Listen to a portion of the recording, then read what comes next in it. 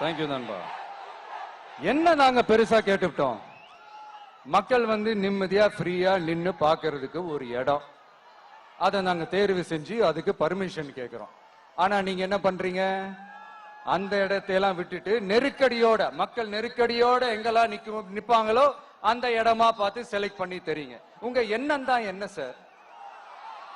நான் அவங்கள பார்க்க கூடாது, அவங்களோட பேசக்கூடாது, அவங்க குறைகளை கேட்க கூடாது, அவங்களுக்காக குரல் கொடுக்க கூடாது, என்னதான் சார் உங்க எண்ணம்? சரிங்க சார், ஒரு அரசியல் தலைவன் அப்படின்றதெல்லாம் மறந்துருங்க. ஒரு சாதாரண ஒரு தமிழ்நாட்டு மண்ணோட ஒரு மகனா, ஒரு நம்ம தமிழ் மக்களுடைய ஒரு சொந்தக்காரனா, என் மக்களை, என் குடும்பத்தை, என் சொந்தங்களை நான் பார்க்க போனா என்ன பண்ணுவீங்க? அப்பவும் தடை போடுவீங்களா? வேணாம் சார். இந்த அடுக்குமுறை, இந்த அராஜக அரசியல் வேணாம் சார். நாம ஒண்ணு இங்க தனியால் இல்லைங்க சார்,